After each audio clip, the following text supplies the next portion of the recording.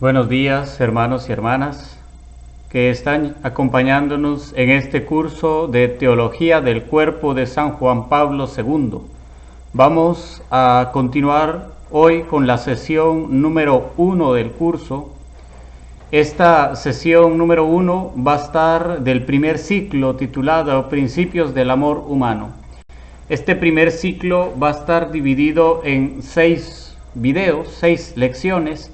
Esta es la primera lección de este primer ciclo, titulado Principios del Amor Humano.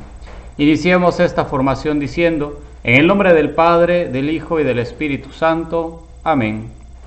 Ven, Espíritu Santo, llena los corazones de tus fieles y enciende en ellos el fuego de tu amor. Envía, Señor, tu Espíritu y se renovará la faz de la tierra.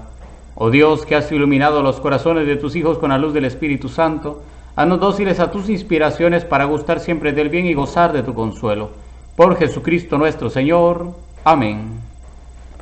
Principios del amor humano. ¿Qué vamos a ver hoy en esta lección? Vamos a ver 4 catequesis que el Papa Juan Pablo II ha elaborado de los 5 de septiembre del año 1979 al 30 de septiembre del año 1979. Estas 4 catequesis son: los fundamentos de la familia a la luz de Cristo, el primer relato de la creación, el segundo relato de la creación y la inocencia original y la redención de Cristo. 4 catequesis que van dentro del primer ciclo titulado Principios del Amor Humano. El punto de partida de estas catequesis está en la respuesta de Jesús a la pregunta de los fariseos respecto a la licitud del divorcio. Esto lo encontramos en el Evangelio según San Mateo, en el capítulo 19, en los versos del 3 al 8, dice la palabra de Dios. Se le acercaron entonces unos fariseos que para ponerle a prueba le preguntaron: ¿puede uno repudiar a su mujer por cualquier motivo? Él respondió: ¿no habéis leído que el Creador desde el principio los hizo varón y mujer, y que dijo: por eso dejará el hombre a su padre y a su madre y se unirá a su mujer y los dos serán una sola carne? De manera que ya no son dos, sino una sola carne. Pues bien, lo que Dios unió no lo separe el hombre. Le preguntaron: ¿por qué entonces prescribió Moisés dar acta de divorcio y repudiarla? Le respondió: Moisés os permitió repudiar a vuestras mujeres a causa de vuestra cerrazón de mente. Pero al principio no fue así. Palabra del Señor. Cuando Jesús se enfrenta con esa pregunta tan fundamental y esencial para la vida y la felicidad de la persona humana, como es el significado del matrimonio y de la corporeidad sexuada humana que el matrimonio implica, hace referencia al principio. Por tanto, para entender la fundamentación y motivación humana de la existencia de vida que conlleva el mandato de Cristo, lo que Dios ha unido no lo separa el hombre, indicando la unidad e indisolubilidad del matrimonio y manifestando la verdad sobre el amor esponsal, hemos de contemplar ese principio al que Cristo nos refiere. Con la referencia al principio, es decir, al momento de la creación, Jesús nos indica 2 cosas. Primero, que el pleno y verdadero significado del matrimonio, de la vida humana, del varón y de la mujer, de sus cuerpos, de su sexo y de su relación mutua, ha de buscarse donde se manifiesta sin distorsiones la voluntad divina respecto al varón y la mujer. Y segundo, que se debe recuperar el principio a través de la redención de nuestro Señor Jesucristo. ¿Qué significa esto? Cuando Jesús comienza a dar explicación, se refiere a que al principio, al inicio, en el original, podríamos decirlo así, no era así. ¿Por qué? Porque Dios los había creado hombre y mujer en unidad. Ambos habían sido creados para ambos prácticamente. Jesucristo se refirió 2 veces al principio durante la conversación con los fariseos que le preguntaban la cuestión sobre la indisolubilidad del matrimonio. Él le respondió: ¿No habéis leído que al principio el Creador los hizo varón y mujer? En Mateo capítulo 19 verso 4. Y en Mateo 19, 8 les respondió: Moisés os permitió repudiar a vuestras mujeres a causa de vuestra cerrazón de mente, pero al principio no fue así. Cristo con esto no aprueba la conversación que han tratado de iniciar sus interlocutores. Al contrario, evita enraizarse en dichas conversaciones y en cambio se remite 2 veces a la expresión el principio. El principio se trata pues de aquello de lo que habla el libro del Génesis en los capítulos 1, 2 y 3.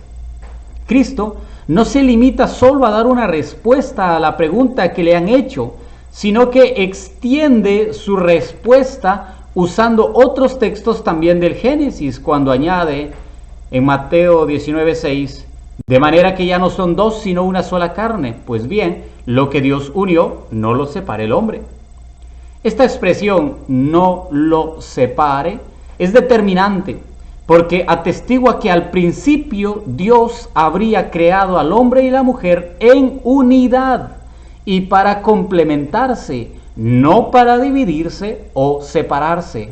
La división, podríamos decirlo así, el divorcio, la separación, es un invento moderno, es un invento del mundo, mas no de Dios. Dios ha creado al hombre, a la mujer, al varón, a la mujer, para que vivan en unidad. Por eso dice, no lo separe, porque Él los ha creado en unidad desde el principio. Desde el inicio de la creación ya está la unidad entre el hombre y la mujer, porque son 2 seres que se complementan como tal. Con esto, refiriéndose al Génesis 2:24, enuncia el principio de la unidad e indisolubilidad del matrimonio como el contenido mismo de la palabra de Dios expresada en la revelación más antigua. Luego de escuchar esta afirmación de Jesús, podríamos suponer que ya no hay nada más que decir. Jesús dijo, váyanse al principio, remítase al principio, en el principio no era así, al inicio Dios los hizo varón y mujer, y dijo que se iban a separar porque el hombre iba a buscar a su mujer, y cuando ya estén juntos que nadie los separe porque la voluntad de Dios queda para siempre. Cualquiera puede pensar eso. Sin embargo, esa expresión al principio, repetida 2 veces, quiere inculcar en la mente y el corazón de las personas que hacen la pregunta a que reflexionen sobre el modo en que Dios ha plasmado al hombre en el misterio de la creación, pues lo ha hecho como varón y mujer. Por tanto, para poder comprender mejor esta afirmación de Jesús, debemos de adentrarnos en el pensamiento de los interlocutores de Cristo que le hicieron la pregunta y comprender nosotros la respuesta de Jesús refiriéndonos al principio. Cristo toma tanto el primer relato de la creación como el segundo relato del libro del Génesis, que tratan de la concepción y nacimiento del hombre de padres terrenos. Por ello, debemos dirigirnos a contemplar estos relatos de la creación con detenimiento y atención. Cristo, cuando dice, al principio no era así, al principio el Creador dijo, por eso el hombre dejará a su padre y a su madre, se está refiriendo a los 2 relatos que encontramos en el libro del Génesis, capítulo 1 y capítulo 2. Por eso es que es importante que separemos nosotros esos 2 relatos y tratemos de comprenderlos por unidad. ¿De qué nos habla el primer relato? ¿De qué nos habla el segundo relato? Y poder así unir entonces por qué Jesús se refirió al principio y no a algo que tenía en ese momento. Los interlocutores fariseos que le preguntaron a Jesús, como recordamos con la cita que empezamos, apelaron a la ley de Moisés. Moisés dijo, dijeron ellos. Jesús, en cambio, se remitió al principio, citando las palabras del libro del Génesis. Las palabras pronunciadas por Cristo en la conversación con los fariseos que nos relata el capítulo 19 de San Mateo, constituyen un pasaje que a su vez se encuentra en un contexto bien definido y hace referencia al llamado primer relato de la creación del hombre, inserto en el ciclo de los 7 días de la creación del mundo. Esto lo encontramos en Génesis capítulo 1, verso 1, hasta Génesis capítulo 2, verso 4.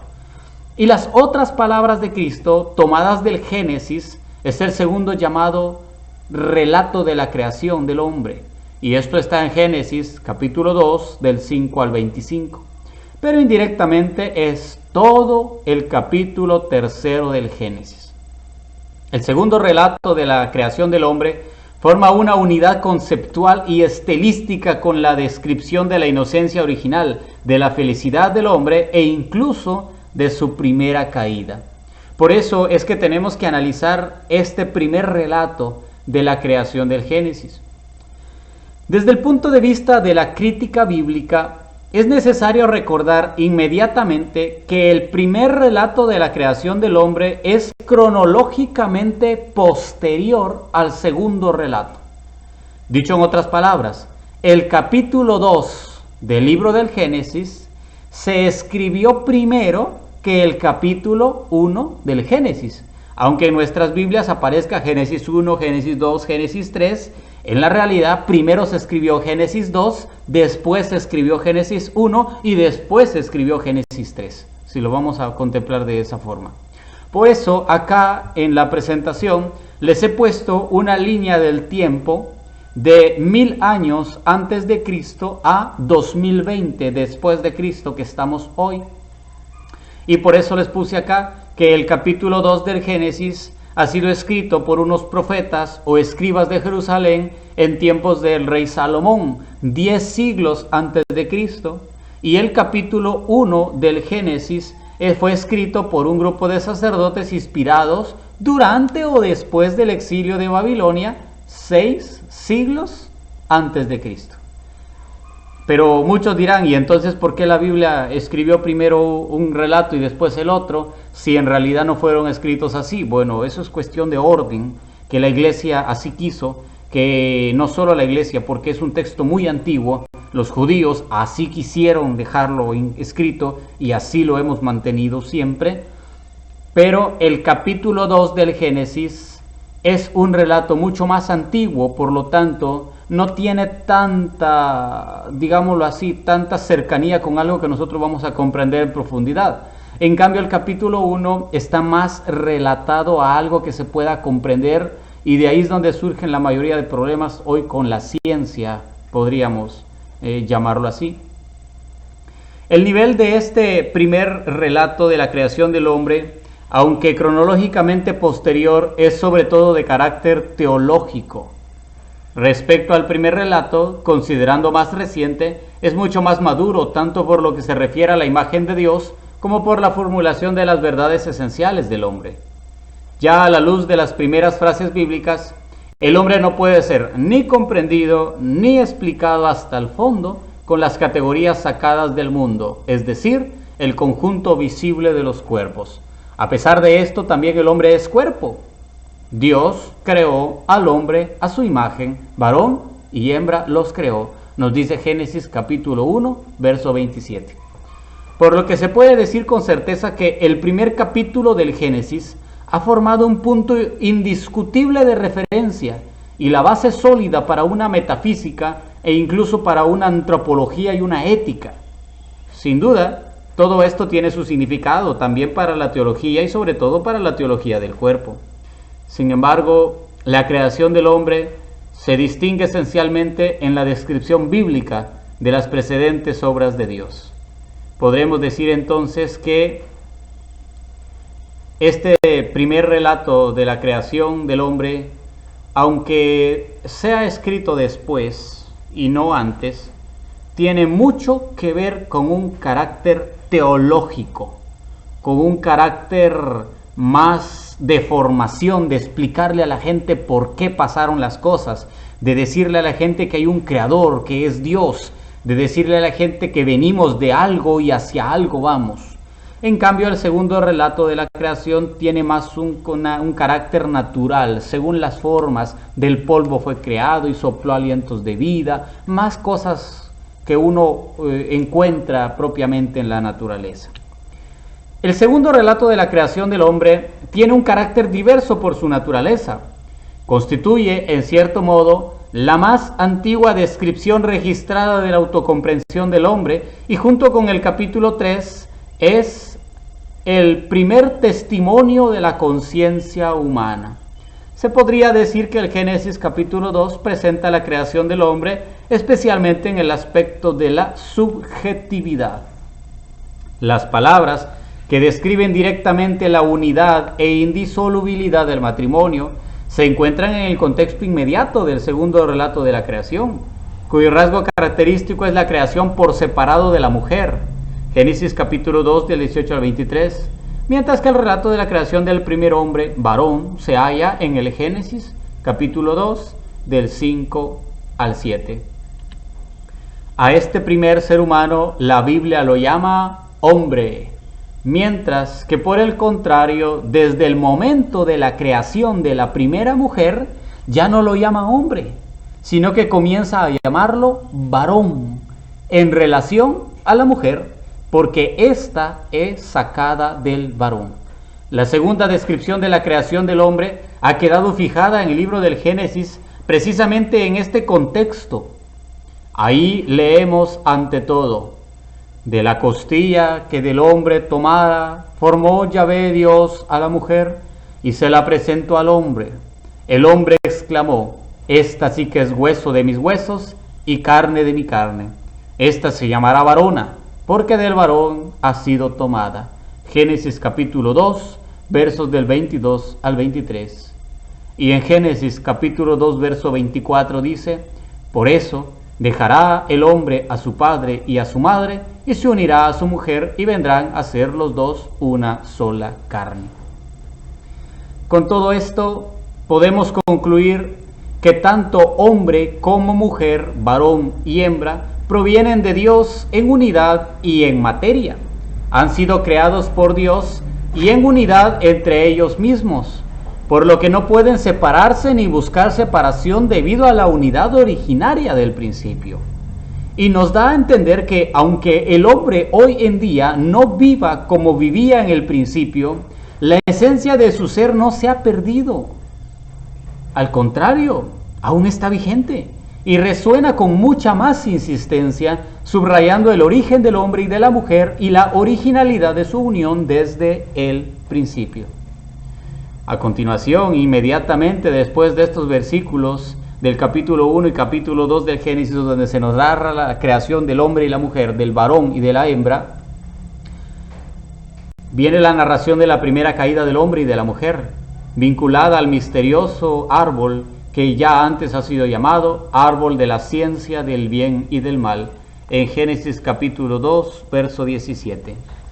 Podemos entonces decir que tanto el primer relato de la creación como el segundo relato de la creación nos muestran que el hombre no se está refiriendo a un varón o a una mujer, sino que la expresión hombre se está refiriendo a los dos en unidad, a los dos como tal, tanto varón como hembra, porque así lo llama la Biblia, varón y hembra, o bien masculino y femenino. La Biblia los une en uno solo cuando utiliza la expresión hombre, mas los separa según su sexo cuando se refiere a varón y mujer.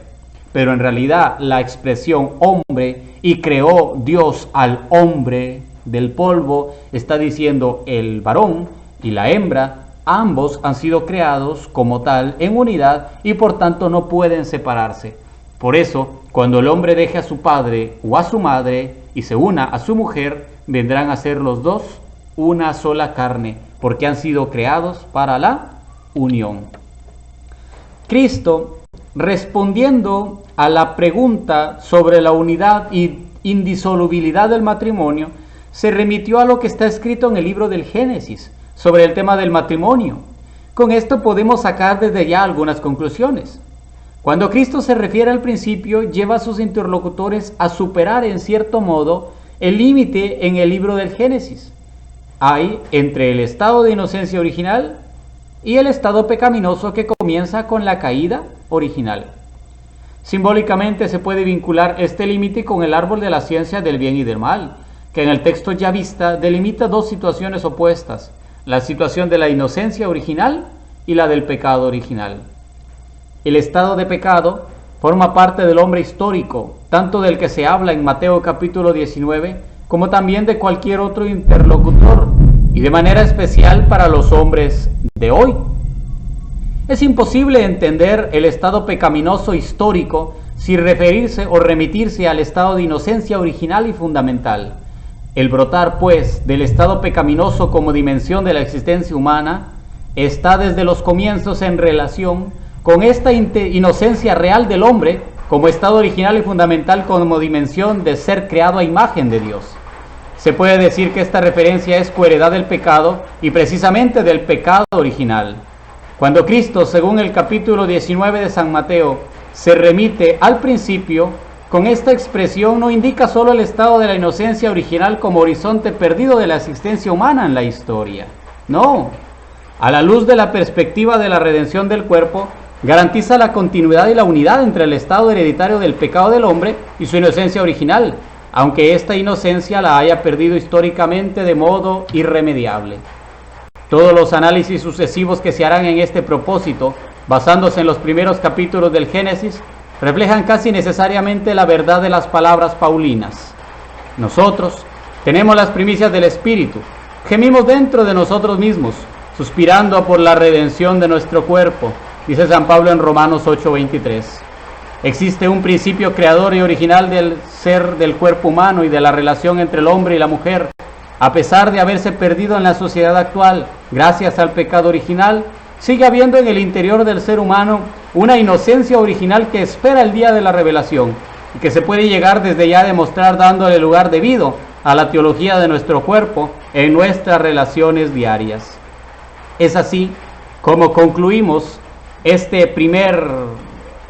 primera lección de este curso de teología del cuerpo, refiriéndonos a que existe un principio creador y original del ser humano, y no solo del ser, del cuerpo humano, varón y mujer, creados para unidad, creados entre ellos y para ellos, y por eso se unen y forman una sola carne original según el Creador. Gracias por estar pendiente de estas lecciones. Compartan el video, suscríbanse a nuestro canal de YouTube, denle me gusta a nuestras redes sociales, Evangelizadores Parroquia Santiago Apóstol Torola, y en YouTube como Evangelizadores Torola. Y si Dios quiere, nos vemos en la lección número 2. San Juan Pablo II ruega por nosotros. En el nombre del Padre, del Hijo y del Espíritu Santo. Amén.